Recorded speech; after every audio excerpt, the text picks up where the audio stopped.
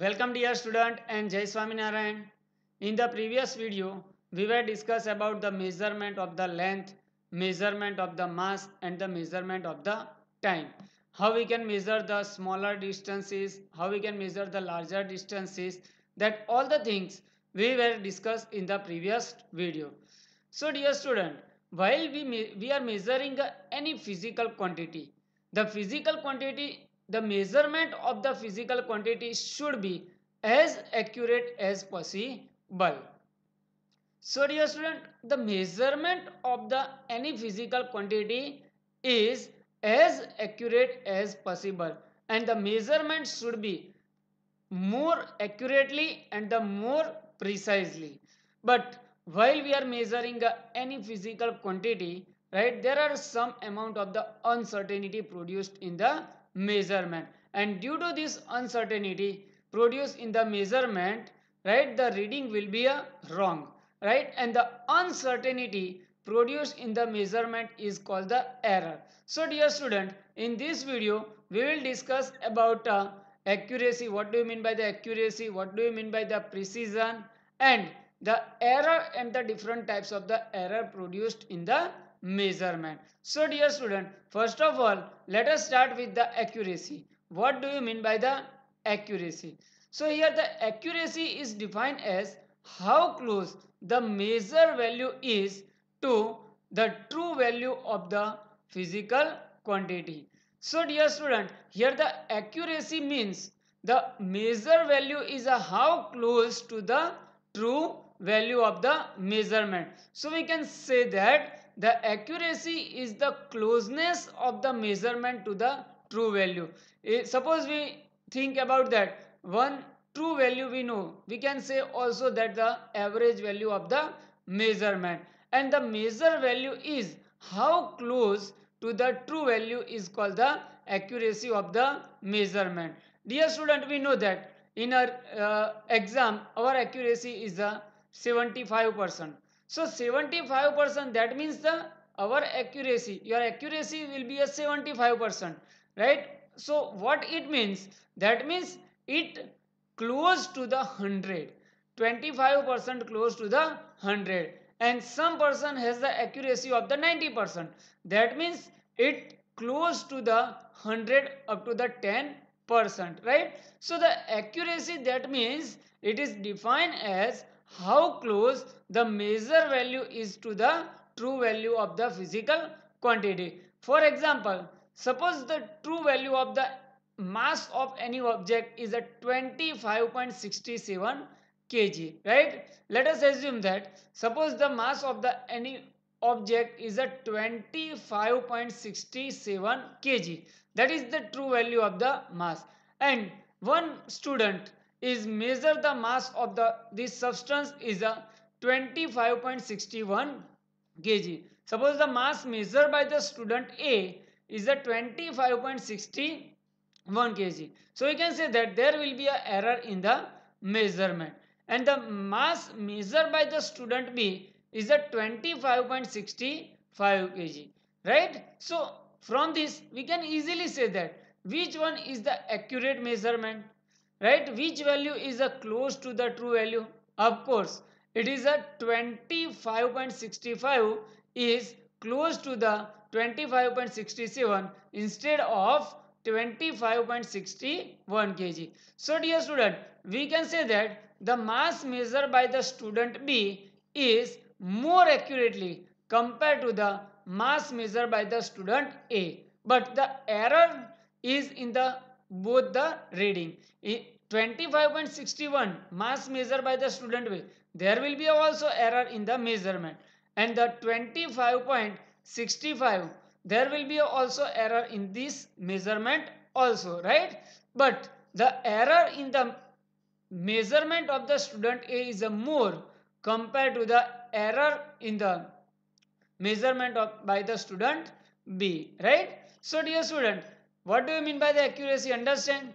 Accuracy, that means the how close the measure value is up to the true value. Here the true value is a 25.67 and measure value is 25.61 by a student A, and the measure value by student B is the 25.65. So we can say that the measurement made by the student B is more accurately compared to the measurement done by the student A, right? So now what do you mean by the precision? Precision refers to the limit to which the physical quantity is measured. Precision is defined as the limit of the resolution.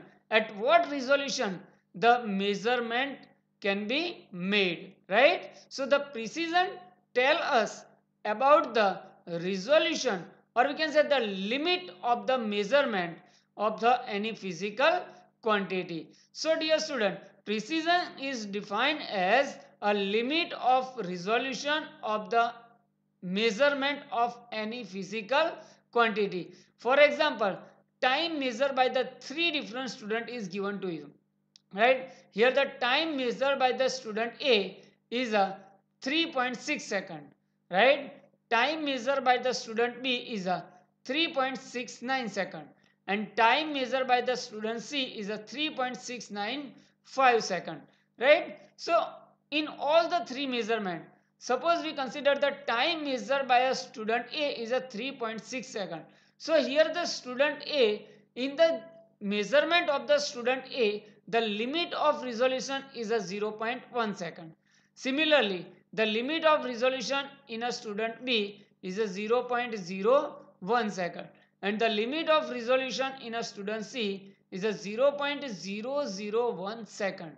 So dear student, which one is the more precise reading, right? The measurement done by the student C is the most precise measurement, because the student C takes the limit of the resolution is as less as possible. So as the limit of resolution is low, 0.001 second, right, the measurement made by the instrument is a more precise, right? So here the student C, measurement made by the student C, 3.695 second, is more precise compared to the other two measurement.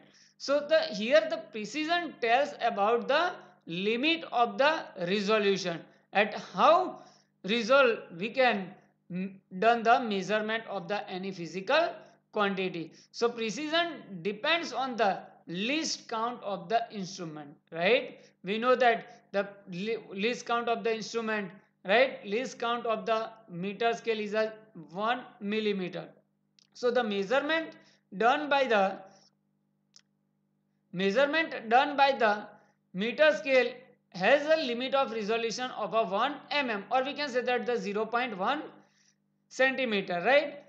Instead of this, if you consider the vernier calipers has the least count of the 0.01 centimeter, and micrometer screw gauge has a least count of the 0.001 centimeter.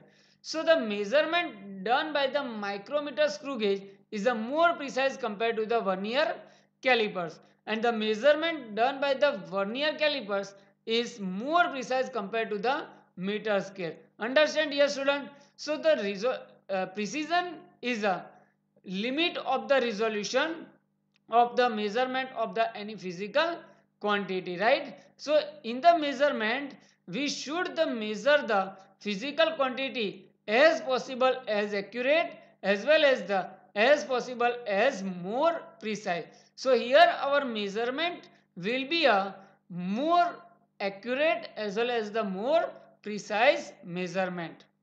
So dear student, understand what do you mean by the accuracy and the what do you mean by the precision.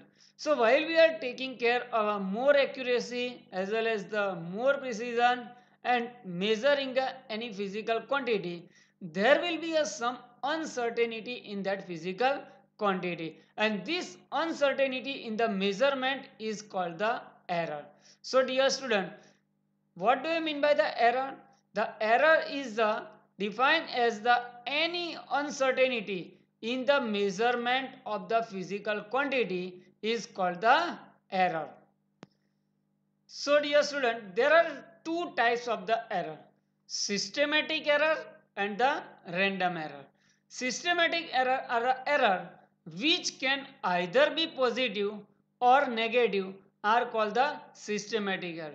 The systematic error tends only in the one direction, either positive or negative, right? While the random error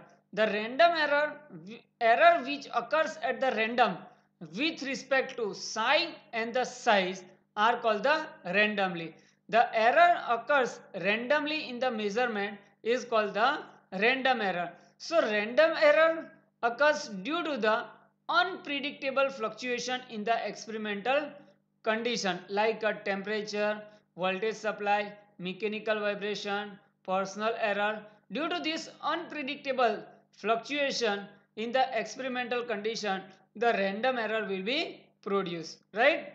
So systematic error that tends only in the one direction, either positive or negative, right? And the random error that occurs at the random with respect to sign and the size of the error, right? It will be a sometimes less, it will be a sometimes more, right? Sometimes positive, sometimes negative. This type of the error is known as the random error. So systematic error can be classified further into the three different categories. So what do you mean by the systematic error? The systematic error tends only in the one direction, either positive or negative. So the systematic error are further classified into the three categories: instrumental error, imperfection in the experimental techniques, error due to the imperfection in the experimental techniques, and the personal error. So systematic error produced due to the instruments, right, due to the improper calibration of the instrument, due to the imperfect experimental techniques, and due to the personal error, right? So the systematic error can be classified into the three categories: instrumental error, error due to the imperfection in the experimental techniques, and the personal error. So let us discuss each of the three in the detail, right? First one is the instrumental error. The instrumental error arises from the imperfect design of the instrument or improper calibration of the instruments, right? The imperfect design of the instrument, improper calibration of the instrument, this type of the instrumental error can be produced in the measurement. Like a one of a scale, zero error in the weighing scale are some example of the instrument error. Like this, if you measure any physical quantity and the instrument cannot be calibrated proper, like it is away from the zero, right, we can say that there will be a instrumental error in the instrument. So if the zero is further away from the zero, the pointer is away from the zero, we can say that the positive error is there, and pointer is behind the zero, we can say that the negative error will be there. So the instrumental error arises due to the imperfect design of the instrument, calibration, uh, un- improper calibration of the instrument, right? So now second one is the imperfection in the experimental techniques, error due to imperfection in the experimental techniques. If our experimental techniques is wrong, the measurement of the any physical quantity will be wrong. So the due to the imperfect experimental techniques, the error will be produced in the measurement, and that is called the error due to the imperfection in the experimental technique. So if the technique is not accurate, for example, measuring the temperature of the human body by placing a thermometer under the armpit, resulting in a lower temperature than the actual due to the external condition like a temperature, wind, humidity, this kind of the error will be produced, right? So in proper experimental techniques, some error will be produced in the measurement, right? And third one is the personal error. Personal error can change a human to human. Error occurring due to the human carelessness, right? Lack of proper knowledge, lack of proper setting, right? Lack of incorrect reading are called the personal error, right? Suppose here we see that if you want to measure the length with the help of the scale. If you measuring at this line of sight, right, first line of sight, we can measure a 4.7 centimeter. Instead of this, if you measure from this line of sight, we can measure a 4.9 centimeter. But if we our line of sight is a normal to the scale, it's a 4.8 correct answer, right? So while we are measuring a length, right, we should take care, we should read the measurement normal to the line of sight of the measurement. So dear students, these three errors are a systematic errors. So what are the three types of the systematic error? First one is the instrumental error, second one is the error due to imperfection in the experimental techniques, and third one is the personal error, right? So these systematic errors can be removed. How we can remove the systematic error? The systematic error can be removed by taking a proper instrument and calibrate the instrument properly, right? The systematic error can be removed by experimenting under a proper atmospheric condition and the techniques. Improve the experimental techniques, we can remove the systematic error. And removing a human bias or the lack of the knowledge, removing a lack of the knowledge, or we can improve experimental techniques, we can remove the systematic error. And positive error and the negative error can be removed by adding positive error can be subtracted from the final result and the negative error can be added to the final result. So the systematic errors can be removed by the several ways. Now on the other hand, right, there will be a random error. What do you mean by the random error? The error which occur at the random with respect to sign and the size are called the random error. How the random error occurs? The random error occurs due to the unpredictable fluctuation in the experimental condition like a temperature, humidity, wind, voltage supply, mechanical vibration, personal error, right? Due to this unpredictable fluctuation in the measurement, the random error will be produced, right? Suppose for example, suppose we are performing a experiment of the simple pendulum, right, and measuring a time taken to require 20 oscillations, but due to the wind blowing from the window, right, so the oscillations will be fast and measure we will measure a inaccurate measurement of the time, right? So due to the unpredictable fluctuation, the error arising in the measurement is called the random error. So how we can remove this random error?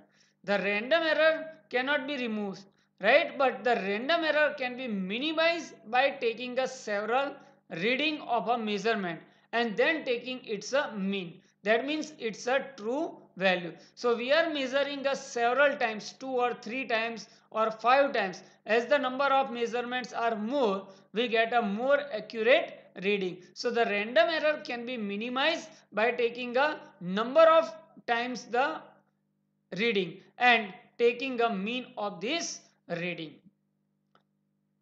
So next is a least count error.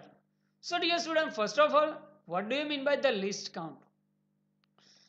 The smallest measurement that can be measured by the measuring instrument is called the least count.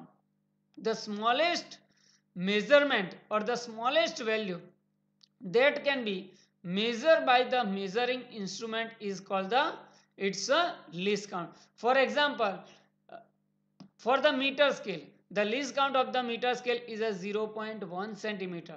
The smallest value which we can measure by the meter scale is a 0.1 centimeter, right? But vernier calipers, what is the least count of the vernier calipers? The smallest measurement measured by the vernier calipers is a 0.01 centimeter, right? And due to this least count, error is the error associated with the resolution or the least count of the instrument, right? So from the with the help of the meter scale, we can measure a length up to 0.1 centimeter. We can measure a length of a 4.2 centimeter, 4.3 centimeter, but vernier calipers has a least count 0.01 centimeter. So with the help of the vernier calipers, we can measure a length up to the 0.01 centimeter. For that we can say that for length we measure 4.25 centimeter, 4.26 centimeter. We can precise our reading as the least count is very small, right? So least count error can be minimized by using the instrument of the higher precision or higher resolution, or improving the experimental techniques. So dear student, understand about what do you mean by the least count error. Now estimation of this error, right? Least count error, random error. How we can estimate the random error with the help of the true value and the error. That is the absolute error, relative error and the percentage error. Explain the absolute error, how we can calculate the absolute error, how we can calculate the relative error, and how we can calculate the percentage error. So for that, suppose the measured value obtained in the several measurement are A1, A2, A3 up to AN. The number of observations are there. We can take a number of observation for the measurement of the any physical quantity. The number of observation or measurement of any physical quantity is are A1, A2, A3 up to AN. So to find the absolute error, first of all we need to find what is its a true value of the measurement, or we can say that what is the arithmetic mean of the measurement. So dear student, you know how we can calculate the arithmetic mean. The arithmetic mean can be calculated by the addition of the all the observation divided by total number of observation. So here the total number of observation is the A1, A2 up to AN, that is the n observation. So the arithmetic mean A mean is equal to A1 plus A2 plus A3 up to AN, addition of all the observation divided by total number of observation. We can get the arithmetic mean of the measurement, or we can say that the true value of the measurement. So now, what do you mean by the absolute error? So the absolute error, the magnitude of the difference between the true value of the physical quantity, or we can say that the mean value of the physical quantity, and the measured value is called the absolute error of the measurement. So dear student, what do you mean by the absolute error in the measurement? The magnitude of the difference between the true value or mean value of the measurement and the individual measurement value is called the absolute error of the measurement. It is denoted by a delta A, or we can say that the mode of the delta A. So delta A is A mean minus A1. That means the absolute error in a first measurement delta A1 is equal to positive difference between the true value and the measure value. So true value, that means the A mean minus A1.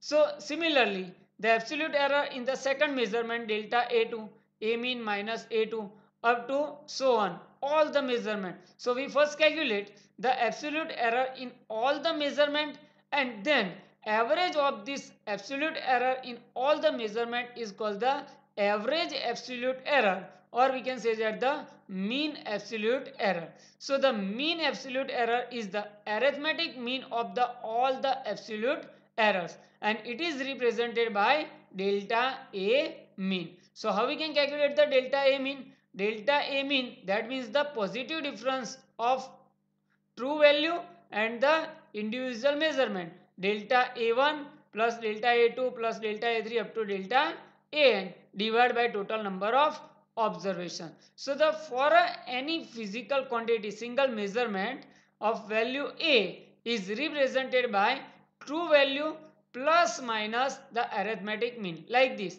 The measurement of any physical quantity can be represented by true value, that means A mean plus minus average absolute error or mean absolute error delta A mean. So we can say that A is equal to A mean plus minus delta A mean. So the range of the measurement is difference between these two, right? A mean minus delta A mean less than equal to A or less than equal to A mean plus minus delta A mean. So our measurement lies in the range of the subtraction of the A mean and delta A mean and addition of the A mean and delta A mean, right? So understand what do you mean by the absolute error and how we can calculate the absolute error. Now second one is the relative error.